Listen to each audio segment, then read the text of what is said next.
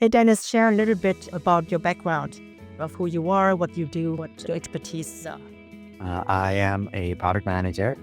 I started my career actually in software engineering, which I know isn't all that unusual of a story for product managers. At that pivotal moment in my life, I did a late stage career shift from developer to product manager. That was about 7 years ago now. So recently I was at Gusto as a product manager. I actually found Q right after I had already decided to quit my job at Gusto. I decided to find my next job faster, just full-time job hunting, even though I had been kind of job hunting the last year or so, and it was just really tough. Hard to get phone screens. Once I got phone screens, decent success rate getting to later final stages, but 0% hit rate in terms of getting an offer. And I knew there's just something missing or broken, and it's exhausting. And I also found I specifically remember that call where you said, I just submitted my resignation. I was like, oh, so this is your moment. Thank you for sharing this. And that was our first conversation. So the timeline basically worked out. I got to the final interview for this company I was really excited about. Ultimately, they said it's a really difficult decision for us. And of course, I knew what the rest of the story would be. And that just completely deflated me. I started just talking to various people, trying to get advice and their perspective. I found you through LinkedIn messages. Tell me, Dennis, you have so far 6 years of experience in PM, and before that, 7 years experience, you said, as a developer. So 13, 14 years experience in two most desirable areas in tech, developer and PM. And yet, you were saying the job market was really tough. How did that feel at the time, not getting the response back that you wanted? Yeah, I mean, it was a constant roller coaster. So back then, I would kind of just look through the job board and then online applications. And I was pretty selective. And I remember when I first started applying, I just kind of felt like, oh, this shouldn't be that difficult. I'm sure it's just a matter of time. And then the response rate is probably like 1 in 20, 30 companies would actually respond. Part of me told me this was a numbers game, maybe I need to apply to more companies. But again, I was being really selective, which also meant when I did get that one response, like, oh, this could be the one. Yeah. And then I generally did pretty well over phone screens. And so it'd move on to the initial round. And then the industry practice for PM interviews, at least for Silicon Valley companies, is at a certain point, you reach the take-home assignment. And they said like, oh, this shouldn't take more than 1 hour. It took me still 3 hours to write because I wanted it to be perfect.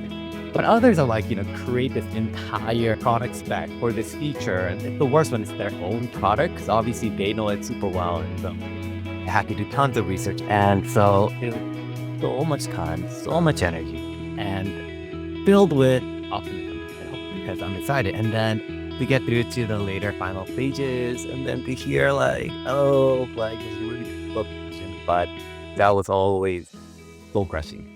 That is very soul crushing when you get so far. And also, especially since there are so many things that you can do to change that as well with the right guidance. I'm curious though, you haven't had a career coach before, or a career transition coach in particular? Yeah, the closest thing, I did have a life coach many years ago. Yeah. And I did also take strict managing your PM career course, how you should think about your career and progression. When I took that course, I was like, oh, this is going to be the extra fuel and perspective I need to amplify my job search game. But in hindsight, I have these notes, and these are really great points, but I think this is why coaches are always so valuable. Just being given the information without the accountability or the context to dive deep or figure out how do all these principles specifically apply for me and my situation. I didn't have any of that. Totally, especially in sort of AI age, right? We have so much knowledge and information out there. The power does not come from knowledge anymore. It used to be that saying, knowledge is power. It's not true anymore. What true is the execution, the understanding, the translation, the implication. That's power. Curing out information that is relevant to you. That is power. What was then the moment where you thought, okay, this is the right program for me. This is going to be the right next step for me, joining this program? It was a bit of a gamble for me. because my initial plan was to take a month of just no career stuff, just decompress. And I remember you saying, if you know that this is going to be valuable to you later, why not commit to it now? And for me, I was like, well, what's going to change in a month, essentially, right? Yeah. But if it's not going to change, then why not make that decision now? And so, I mean, maybe it's the engineering background. I'm super calculating. Even though like doing the payment, I was like, I'm like,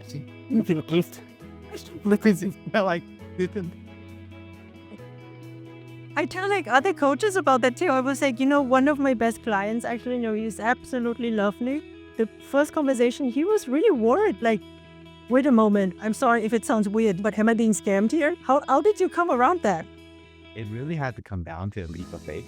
I think also, culturally, like growing up in Asian culture, we don't ask for help in general. And the idea of coaches, therapists, like that stuff is very foreign.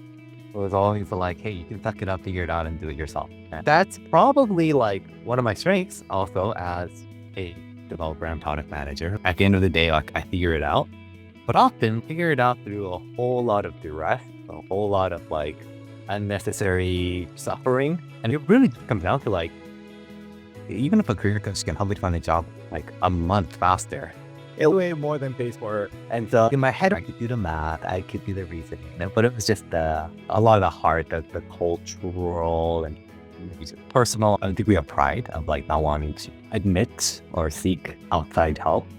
So I just had to trust what I know to be true. That's so beautifully said. I mean, investing in yourself is the hardest thing.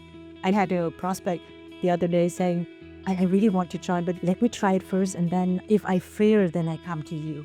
And so I'm like, you shouldn't come to me when you fail, especially not a low quality fail. I mean, we all need to fail in order to learn, but joining coach someone who knows what they are doing, you cut out all those suffering, like you said, and cut out all those low quality, no-brainer failures that we've seen 1,000 times before.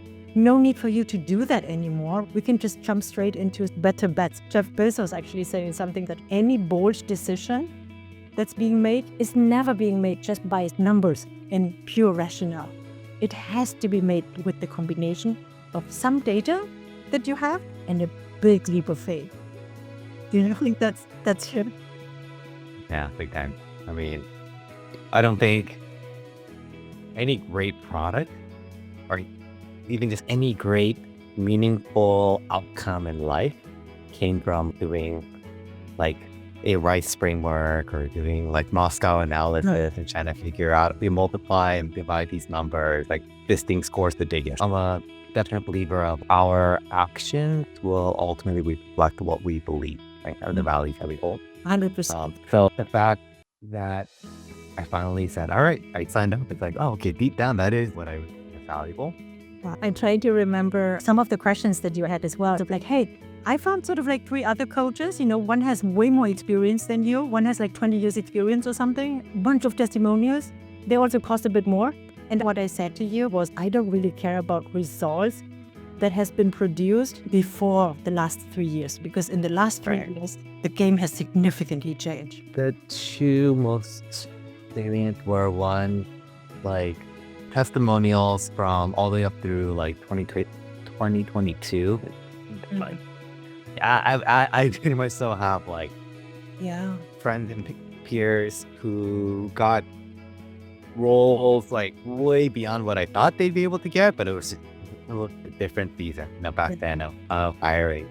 And then I think the second part too was more about how much value can I bring to you, right? Or what you are paying, like ultimately what solutions, right, are you getting from me, and how much do you value that solution? And I saw you took more of that approach. It also came down to the vibe check. When I was like, her vibe and her style, that's something that you can't really ever get, obviously, from a website or a description of services. Totally, yeah.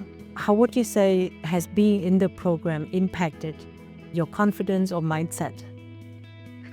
I realized that going into the coaching program, I was expecting like 7 steps to X. Do this, do that. And of course, there are those things, right? There are frameworks and tools, structure to it. But I actually found that to be like valuable, but even more valuable than that really was like the mindset and to read what I'm bringing, what I'm offering when I am job hunting. I think especially in this economy, as the candidate who feel like, what's wrong with me? I'm not good enough. Or there's so many other people, especially layoffs from like in companies, like I can't compete with them. And so it's easy to get in your own head, right? Totally. I think I have a pretty good sense of who I am. When I was applying for jobs where I was like, oh, like I can do that. I can bring value. I'm not overreaching here. I'm not selling myself short for jobs that are below my skill level. So everything I applied for, it felt like, oh, I'd be lucky to get that job, but they'd also be lucky to have me, right? And then still to not get a job in that scenario. And I found a lot of what the coaching program brought was fundamental shift into how we think about the job market. And the no's were always so devastating. But rethinking, like, sure, it's an employer's market, largely because of macro forces beyond our control, but that doesn't diminish the amount of value that we bring and being unafraid to embrace that value. So yeah, I think that's the biggest thing I really value. It's a matter of really understanding that for yourself and being able to actually use it in your life and have it show up, whether it's in interviews, at your job, or in personal life as well. That is actually the game changer, I think, when you feel it in your bones that you are actually really worth it. And so they should be truly lucky to have you. We've talked so much about the past and how you got here, but I'm actually most excited also about obviously where you are now. So this is your 10th week. Tell us, you went for this company and then what happened? I got an offer. Yeah. Before this session, I did the negotiation side of it, which that in of itself is also like super helpful. I really appreciated what you said. Like, I'm not negotiating to just take more, but it's because bringing more than they might even realize comparable compensation. And I think you helped really accentuate, like, there's these very specific things that they might not even be aware of that I can bring to the table. It's going to be like incredibly valuable. That's awesome. And I mean, from the start, I've told you, like, look, Dennis, you're an awesome person. You have a great background. It's never going to be a question of like whether you're going to find a job or not. It's always just going to be the question about like, and when, how the experience is that you want to have while looking for a job, and when do you want to land it by, right? And so I'm obviously not surprised that you've landed something that you really love, right? You get to work with someone you used to work and really admired. And so about that part, I'm not surprised at all. But how would you say did the program impact the how and the when in this process? What would have it been like searching for a job after leaving your work at Gusto? So the first few weeks, there's some groundwork to be done. Things like resume, what are you looking for? Negotiables, like type of company, LinkedIn, profile setup. But I also started to learn about the networking approach, which like totally makes sense to me, but not second nature for me. I would say the whole time, my confidence remained very high. And also you were saying that mid-end of January is really when hiring's up, when companies have gone through annual planning. So just having the confidence and, like with Louis, we were in the same sessions together and seeing his journey in those 3 months. I was like, oh, he's coming from right out of academia and it's working so well for him. That also gave me the sense of the value of having group sessions as well. When I finally did decide to be like, I'm going to go full blown, it works. This isn't just luck or chance, but there is a method to the madness. So yeah, high confidence and never really felt concerned or worried about my prospects throughout the whole That's awesome. And that is something you feel like the program has helped you with in comparison to what if you were on your own? Yeah, I think a lot of this is also just accountability. Momentum is really difficult, right? To get into the flow. I actually just met up with an old coworker who was let go. He's been out for 7 months. I could totally see that happening to me too. It could be just months and months, like these other side projects I want to work on or coding projects. And then I've reached this like okay, I need to really get into the game. But by then too, when I talked to him, he was super scared. He was just so like, it's gonna be so tough. Like, and he was so discouraged as he was getting Yeah. ready to get back in the game. Right now, for experienced PM and UXers, it takes around 12 months to land the role that you want. And so if you do it on your own, he's just halfway through. So he's not even doing that bad. But if he doesn't change anything about his approach, then another 7 months can totally pass by again as well. And so what we're looking at in your case is literally like 10 weeks versus what could have been 12 months. And so that is incredible what you have done in the program. You took what you personally need out of it, like the accountability, the mindset, the confidence, understanding your true value. And then there's some like technical things as well in terms of your profile, your targeting strategy, but also even things like practicing questions, say giving us a better version of tell us about you. So just fine-tuning some of those interview questions in case use it again, and that's one question that you will always use again. Not even in an interview. I'm just so proud of you. I just want to take a moment to thank you, first of all, to trust me, to take that leap of faith, because for all the reasons that we said, for someone with our background, like with an Asian sort of upbringing, with a rational mind and a very analytical mind like yourself, to then sort of like basically talk to a stranger whom you kind of vibe with, and you know that they seem legit on LinkedIn because they are connected to other people that you also know. But still though, taking that leap of faith and trust and allow me to accompany you on this journey. Yeah. And thank you, Q. This is just a very powerful and meaningful program.